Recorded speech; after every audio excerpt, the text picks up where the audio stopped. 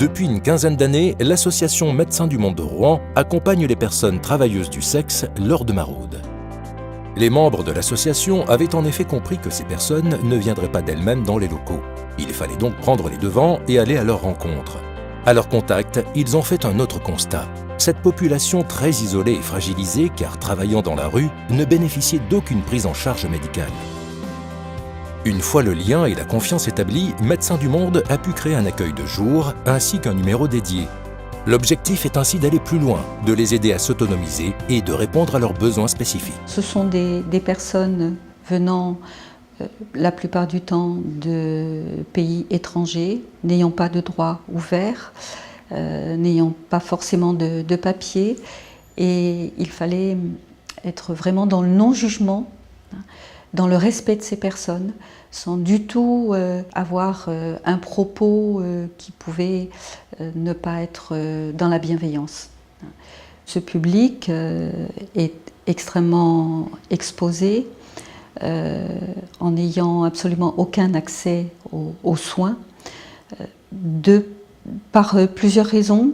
D'abord parce qu'elles se déconsidèrent elles-mêmes, elles se sentent déconsidérées, elles le sont, par rapport aux personnes qu'elles rencontrent et les structures aussi auxquelles elles peuvent s'adresser. Et c'est en fonction de l'estime d'elles-mêmes qu'elles vont pouvoir se prendre en charge et prendre en charge toute la santé de manière globale.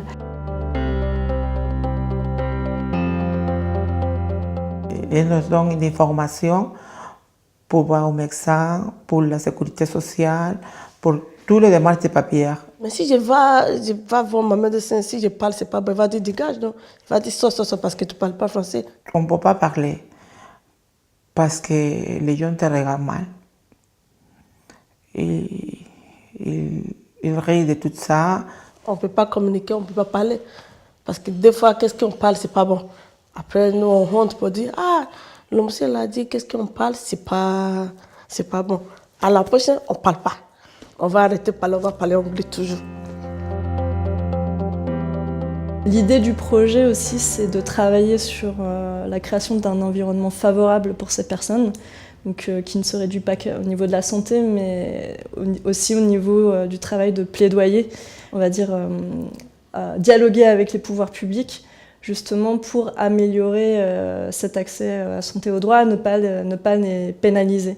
Elles ont le statut de délinquantes.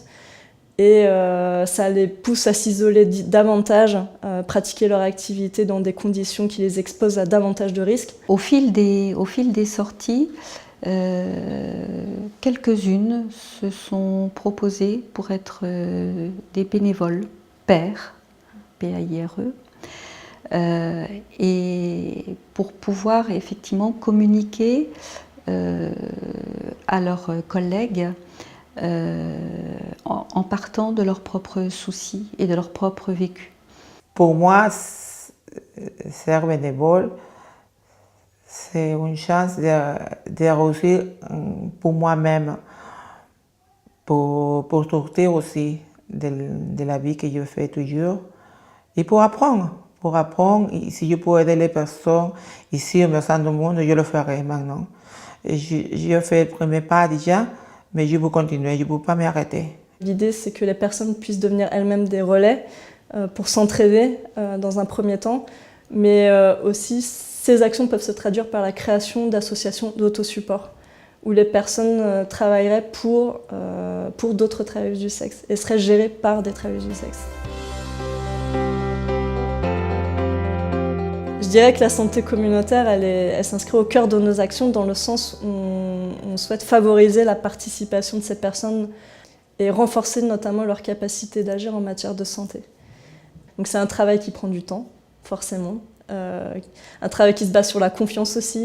Et il faut que ces personnes puissent aussi renforcer leur estime d'elles, prendre confiance en leurs capacités et puiser dans des ressources qui existent déjà en elles, en fait, mais dont elles n'ont pas forcément conscience. C'est comme si des gens disent « Et là, ta famille ?» Je dis « Ah, c'est Médecins du Monde. » Parce que moi, il n'y a pas de famille ici. Médecins du Monde, c'est ma famille.